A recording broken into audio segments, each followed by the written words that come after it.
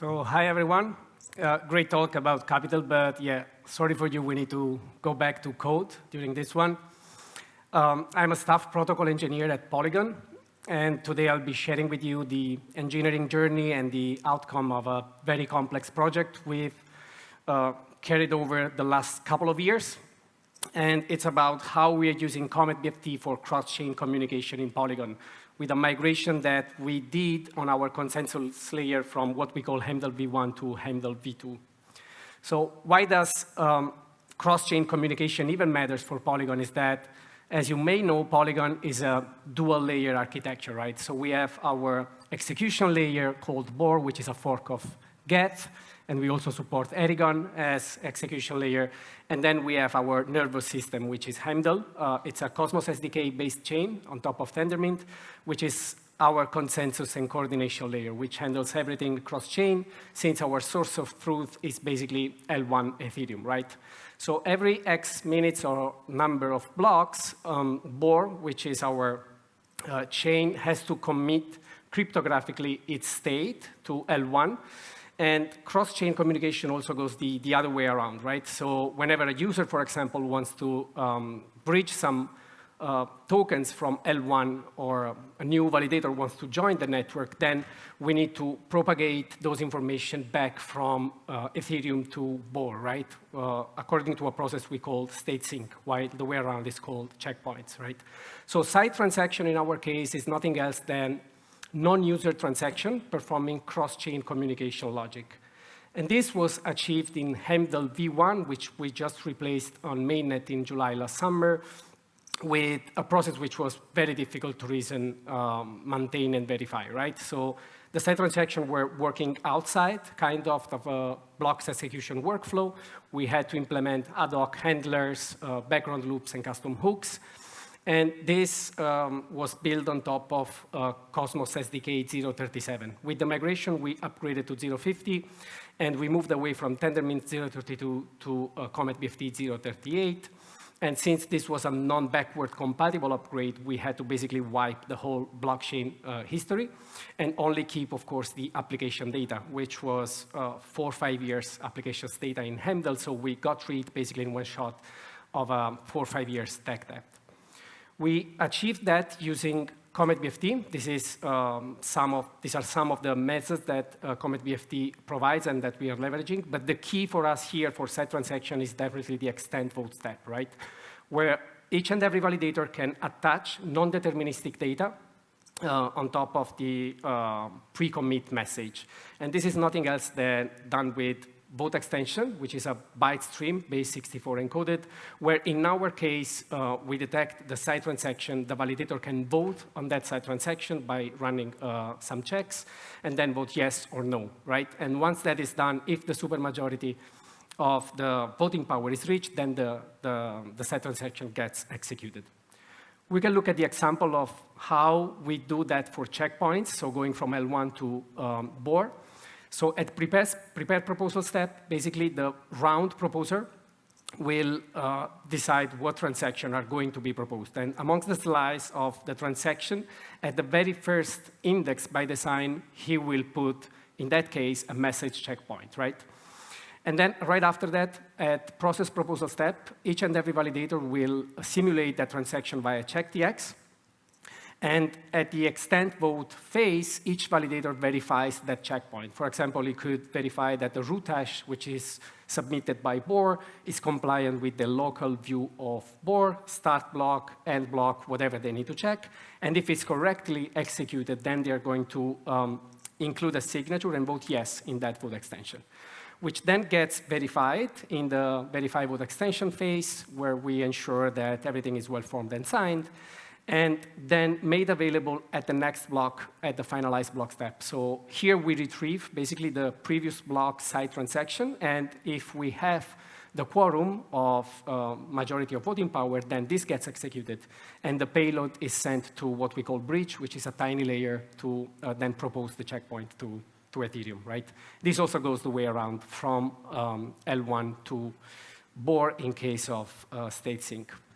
This is only the part regarding the side transaction, but of course, reworking a chain, a running chain on Cosmos SDK and rerunning the Genesis, basically. It's a complicated process. We had to go through requirements engineering together with informal system folks. We had to go through, of course, design, implementation, and operation through a Cosmos SDK coordinated upgrade, which was basically forcing each and every validator to perform an upgrade at the same time.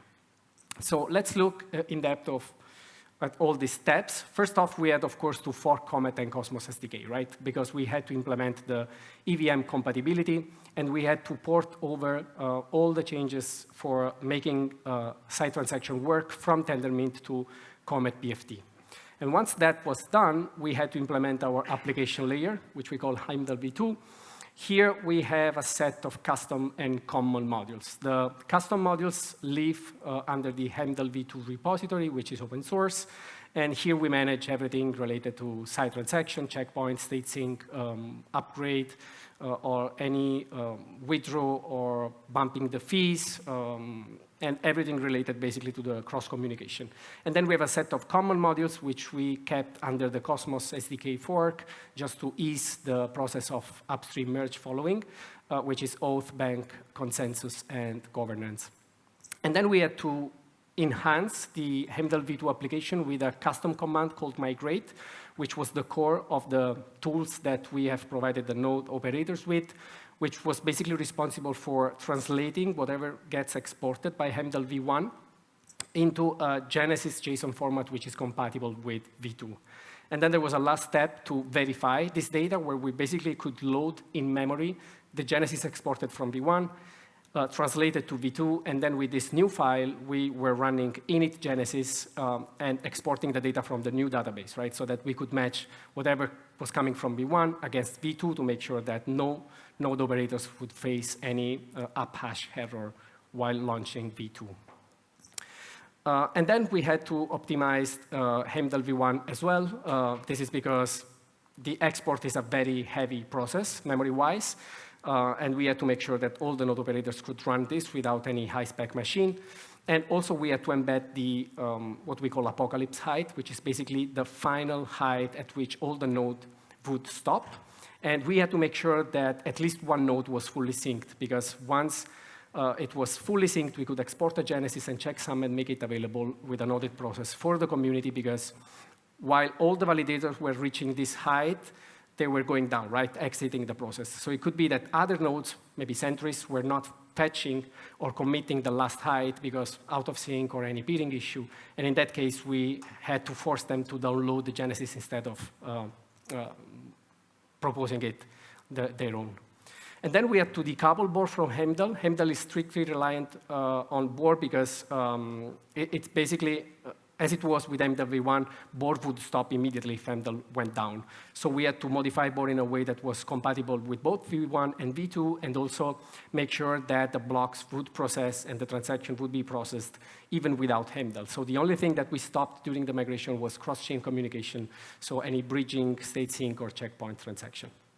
And then we could finally invoke this migrate bash command, which was responsible of many things, amongst the other checking basically all the dependencies, running the export, generating the checksum of v1, migrating to v2, initializing the chain in v2, and running some ownership and permission checks, and make sure that everything was ready for the v2 start. And this is just a simple output of that migration script.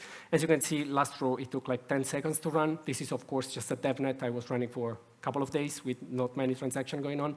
But for mainnet, for example, we had a Genesis file of around 5 giga, which was pretty heavy to export. It took around 5 minutes. But the biggest chunk of work was for the verification of data, which took around 15 to 20 minutes. And here you can see the last moments of live for Heimdall v1, where we basically had 6 seconds blocks time. And at the end, you can see that this apocalypse height was reached. In this devnet case is block 900.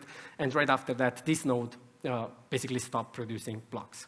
So we could invoke the migrate command, going basically from what you see on the left side, the Genesis in V1, to Genesis V2 on the right side. And as you can see, we have a different chain ID. We have a different Genesis time. We have a different initial height, which for V2 was basically the last committed height from V1 plus 1. And then we have this vote extension enable height, which made available the side transaction and the vote extension basically from the very first height of the new chain. Finally, we could basically launch Heimdall V2 as soon as the Genesis start time hit. And yeah, that's the most complicated part in the end, was to wait kind of for all the validators to move their voting power to the new chain, reach the supermajority so that the blocks would start being produced. And here you can see right after Heimdall V1 stopped, I trigger the script for the migration. A new chain started with a different chain ID and the proper Tendermint and CometBFT version, and then we instantly achieved 1 second block time. Here, going back to side transaction, right? On top, you can see after some blocks, a new checkpoint was triggered at a certain block height. Particularly, it was 1505. And as you can see, this particular validator voted yes on that checkpoint. And the supermajority was reached. And then the next height, 1506, the checkpoint was submitted to the bridge to be submitted to L1. And then I also triggered, a deposit on L1, which was simulated by Anvil in this case. And this at Cascade generate all the side message server and post handler, which basically propagated all these changes back to Heimdall and then board to make it available at a particular height for that specific user. Here you can see how the state was basically persisted. On top, you have a gRPC call to fetch the latest checkpoint. And on the bottom of the page, you see a new custom command we have implemented, vedecode. As I said before, vote extension are stream byte base64 encoded here, right? We are decoding them. And as you can see, we have a particular payload, which represents the checkpoint that is encoded as a vote extension in that block. And you also see the supermajority, 100% voting yes on that. Same goes for the state sync, the deposit on top, and all the translation of this to something that Heimdall could digest. Yep, that is basically it for the demo. Where we stand right now is that with V2, finally, we have native support for ABCI++ and vote extension, and we were able to finally have side transaction as truly native and part of the block's execution workflow. And we did this very complex upgrade. Someone defined it like the most complex one in Polygon's chain history. We rolled out the testnet upgrade in June, and then mainnet right after that in July. And what we got out of it was a faster finality, going down from 90 seconds to 5. We saw an instant reduction in blocks time for a factor of 5. And then we saw a huge drop in chain reorgs. This also paved the way to the latest hard fork we have executed, Rio hard fork, through the enablement of validator-elected block proposer in mainnet. And we are basically now connecting to the AG layer to provide aggregated liquidity on our chain, connecting to many others. And ultimately, we want to reach 100,000 TPS on the long run. Thank you. Thank you for your attention. If you have any topic to discuss, I'm around. Thank you.